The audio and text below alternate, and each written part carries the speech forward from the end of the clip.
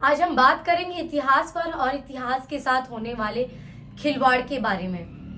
भारत में हास्य के समाज के इतिहास और उनके महापुरुषों के विचारों के साथ छेड़छाड़ और तोड़ मरोड़ कर मिटाने का प्रयास किया गया, जिसकी शुरुआत भगवान गौतम बुद्ध और उनके विचारों के साथ छेड़छाड़ से हुई और इनके विचारों और उनके इतिहास को डिस्टॉर्ट करने की कोशिश लगातार जारी है।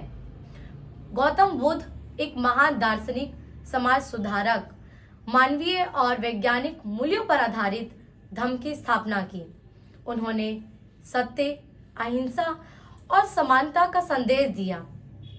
राजसी जीवन छोड़कर उन्होंने ज्ञान की खोज की और कठोर तपस्या के बाद बोध गया में ज्ञान प्राप्त किया, जिनकी ज्ञान ने न केवल भारत में बल्कि पूरी दुनिया में अपनी अमिट छाप छोड़ी। इस तरह तथागत बुद्ध मानवीय और वैज्ञानिक मूल्यों पर आधारित क्रांति के सूत्रधार बने। उन्होंने जाति व्यवस्था, अंधविश्वास और सामाजिक भेदभाव का विरोध किया। गौतम बुद्ध ने जाति व्यवस्था और ब्राह्मणवादी वर्चस्व को खुली चुनौती दी।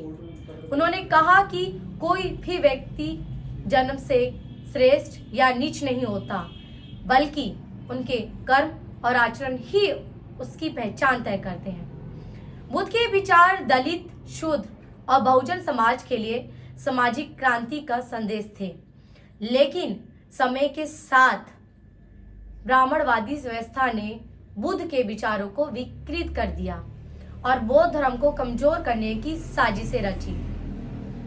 बुद्ध को विष्णु का अवतार घोषित करना यह हिंदूकरण की सबसे बड़ी साजिश थी।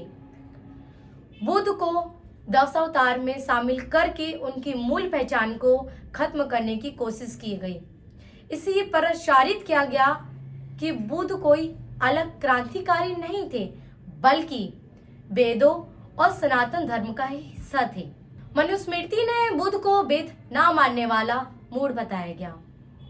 इतना ही नहीं, गुप्त काल 4वीं से 6वीं शताब्दी में ब्राह्मणवाद को पुनर्स्थापित किया गया और बौद्ध धर्म को योजनाबद्ध तरीके से समाप्त किया गया।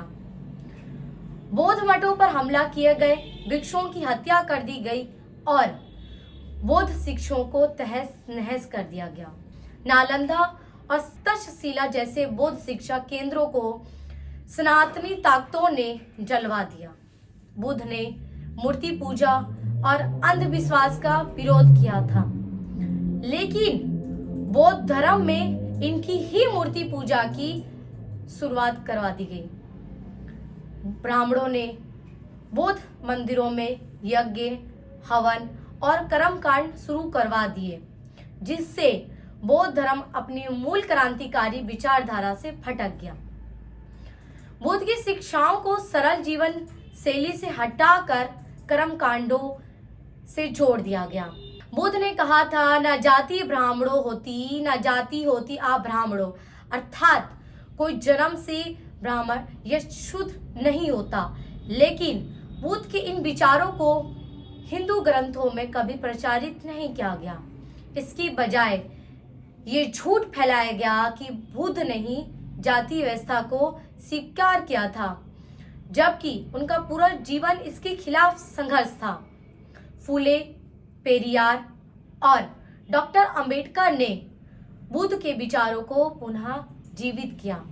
डॉक्टर बाबा साहब अंबेडकर ने 14 अक्टूबर 1956 को लाखों दलितों के साथ बौद्ध धर्म अपनाया, जिससे एक नए नव बौद्ध आंदोलन की शुरुआत हुई।